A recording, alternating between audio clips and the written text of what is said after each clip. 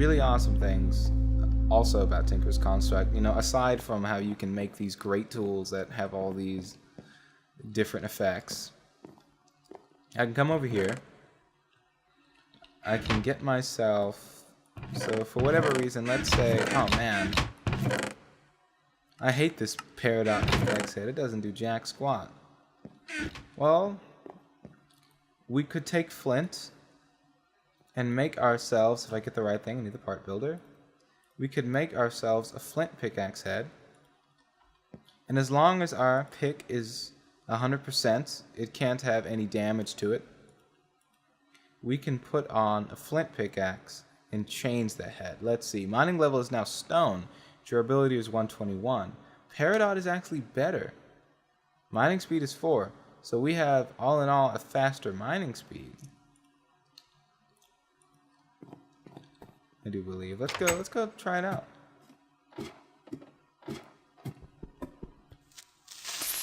Oh god. See, that's what happens when you leave the safety of your base. Oh, pretty fast mining speed, actually. I'm sorry. 8. The higher the mining speed, the better it is. I thought it was opposite. I thought low mining speed was good. No, it's pretty high mining speed. Pretty good.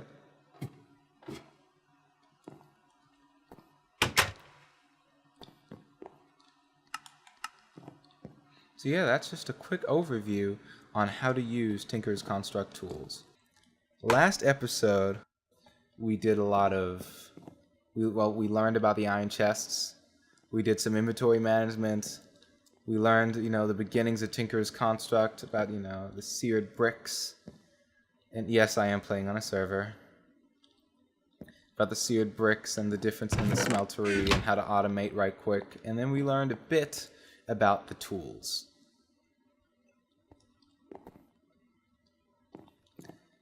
But we left out a very crucial part of what makes these tools great. Well, I left out a crucial part. You didn't do anything. You just sat there and listened.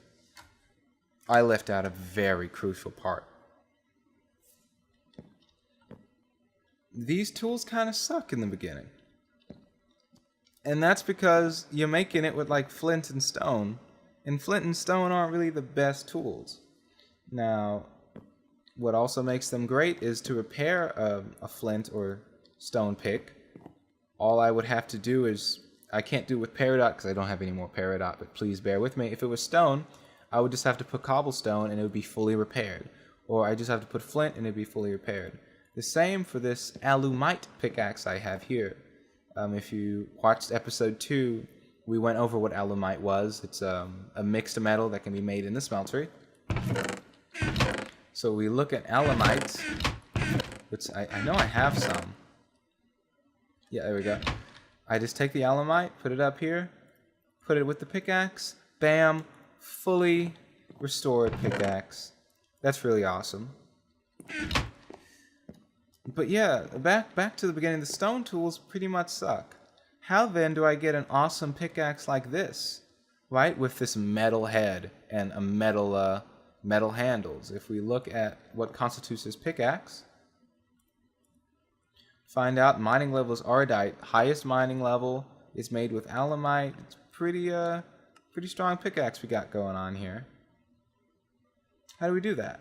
How do we go from this, pretty good, gem or flint or stone pickaxe, it doesn't do much, to a boss pickaxe?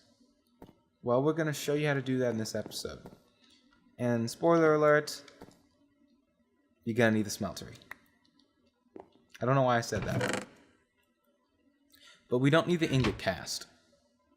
Just like we made casts here, tool binding patterns and tool rod patterns, we need to make the same type, but with the smeltery. In order to do that, you will so you're trying to make a pickaxe, you're trying to make a pickaxe cast, so to say. Well, first we need a pickaxe head. It needs to be made out of stone. Because as we know, stone doesn't melt. Apparently in Minecraft, stone does not melt. So, we need to get ourselves a pickaxe head. So get yourself a pickaxe head made out of stone. And just like the gold in the previous video when we made the ingot cast, we place it down. And then we put some alumite inside, or let's see. So we place some alumite, some aluminum brass. I do apologize. Tongue twisters today. Can't speak right. It was so much better last episode. You get yourself some aluminum brass, or as I said, gold also works. You get yourself some gold or aluminum brass. You put it inside the smeltery, and you just wait for that thing to melt down. After it's melted down, you'll be able to fill up and create yourself another cast. So it's going to wait a little bit. I'll be right back when it's done melting, and I'll show you how to make your cast. Alright, the ingot has just finished melting. Yes, it is. I just removed the hopper so I could see what was going on in there. Now we can right-click. The aluminum brass will fill up the casting table. Make a mold, and there we go. 1 pickaxe head cast. And because we had the hopper, it automatically pulled out the stone pickaxe head from the cast. Now I already have these casts, but yeah, you'll need to do this for each part of the item you're trying to make. So for the pickaxe, we're going to do that for a pickaxe head cast. You're going to need a binding cast. You're going to need a tool rod cast. Now we already made the tool rod cast and the pickaxe, so if you already have that, you don't need to make another one. You just make one, you reuse it as many times as necessary. But then you'll need to make a shovel cast for the shovel, or an axe head cast for the axe, or for a frying pan head cast. You can go through these and see what you need to make them. It's pretty intuitive, and the books really go in detail on what each part is and what each weapon is, what it does, and what you need to make it. So we made ourselves some pickaxe. We made ourselves a pickaxe cast and a tool rod cast. So let us make ourselves a pickaxe using metal. The cool thing about these is you don't actually need the same amount of material. Normally you need 3 iron for an iron pickaxe, right? Not for this one. For this one, all you need is 1 iron. Let's get ourselves some iron. Tool rod. What can tool rods be made out of? Tool rods can be made out of bronze, steel, yellowite, shiny metal. I'm just going down. Whoa, man. Basically anything can make a tool rod, apparently.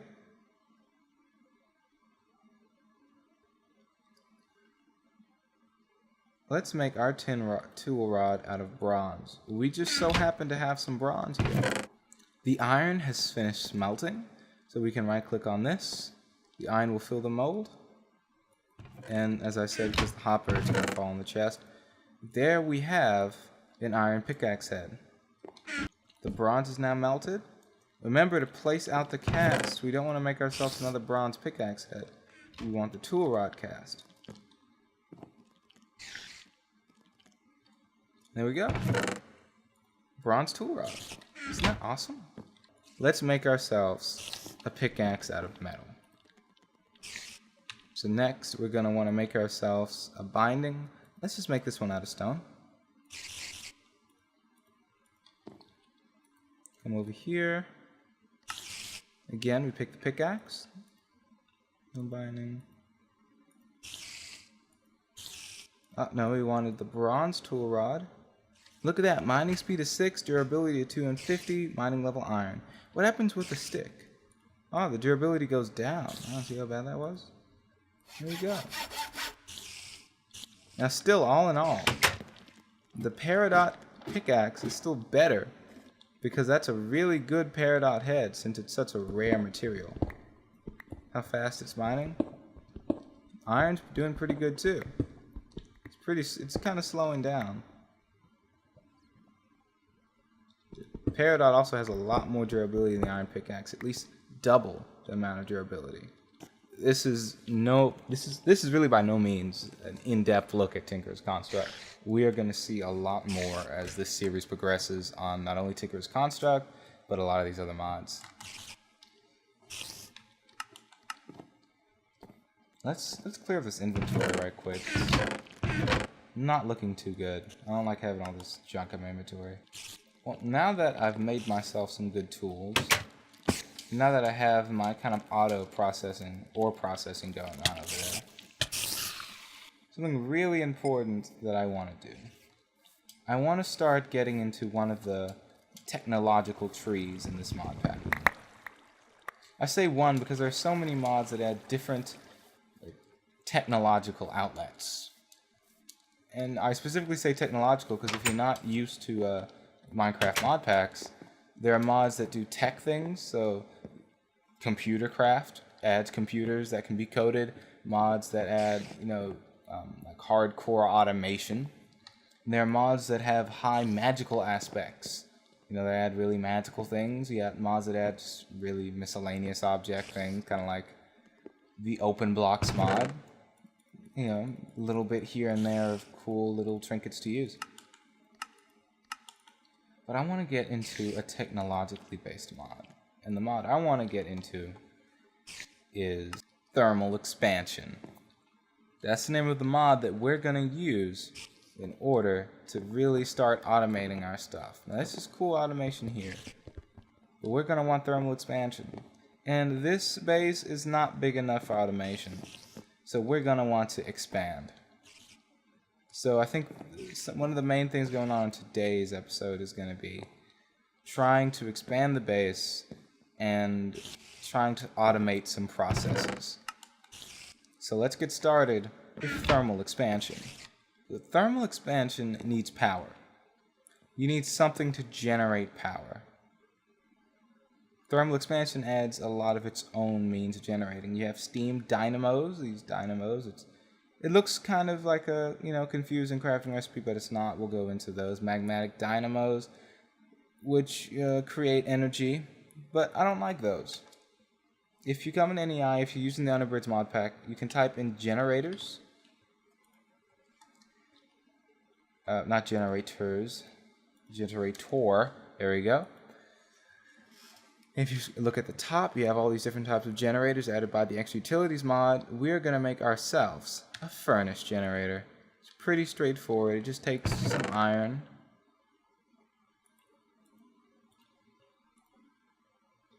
And some iron, some redstone, and a furnace. So let's build ourselves a furnace generator.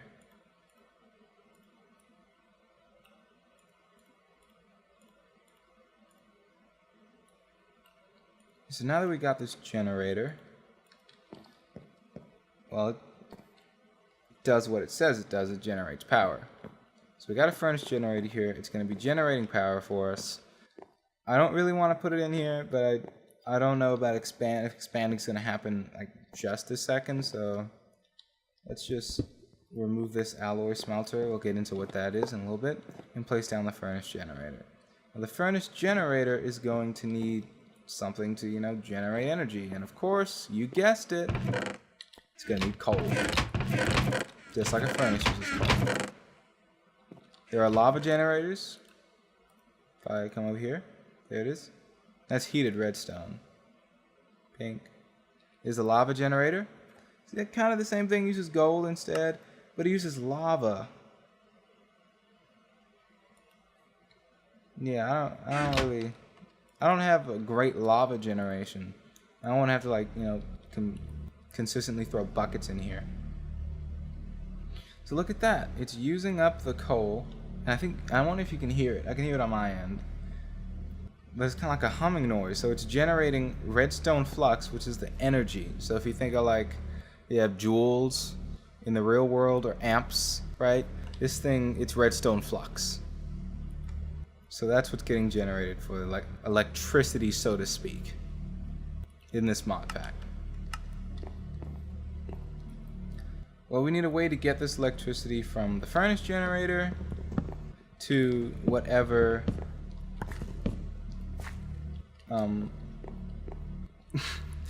to whatever blocks we put down that need redstone flux. And to do that, we're going to need some energy conduits or energy pipes. There's a lot of different ways to transfer energy.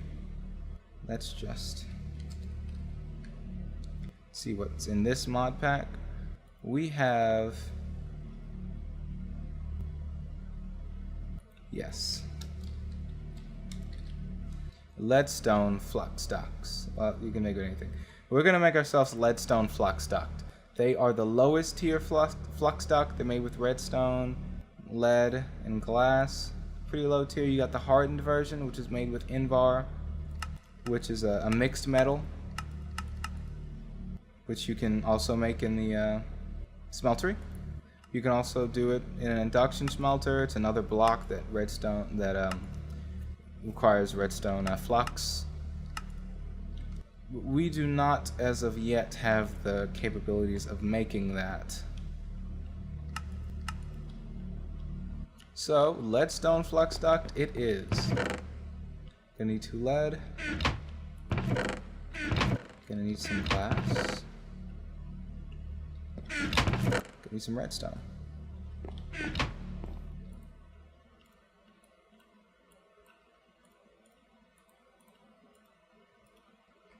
We got the leadstone flux duct. You know, if you're watching this video, I am curious as to how you found my channel, because it's really not that up, you know, not that up in the up yet. I say yet, I will be. But yeah, if you're watching this and you're enjoying, you know, comment, talk to me. How'd you find my channel? Do you know me in real life? Friend maybe told you about it? Hey, I want to know. And you know, how you doing? How's your day going? How you been? Comment. Leave a comment in there. I'll read it. Even the bad comments. I'll read even the bad ones. And then I'll get depressed. And I'll stop making YouTube videos. I'm just kidding. I wouldn't let comments make me depressed. Okay, back to thermal expansion. So, one of the first things we're going to want to make is a powered furnace. A redstone furnace. They changed the name on me. Okay, don't get mad. For the redstone furnace, we're going to need bricks. We're going to need copper gears. We're going to need redstone reception coils. We are going to need a machine frame. We're going to need some stuff. I'm going to get that stuff. We're going to come back when I got that stuff. I'm sorry to leave you on that cliffhanger, guys. I looked at the time. It's about time to stop. So that's been episode 2. We've definitely not done as much. We've gone over how to make better tools. Started in on, you know, generation of redstone flux and the generation, you know, power generation and technical mods. We will continue this. I think I'm going to go do some mining between this episode because I am also all out of copper, which I need to make the stuff I want to make. Not the reason I'm closing up, though. Not the reason. But yeah, thank you for watching, YouTube. Please like, comment, subscribe. It helps me out. It helps me make more videos.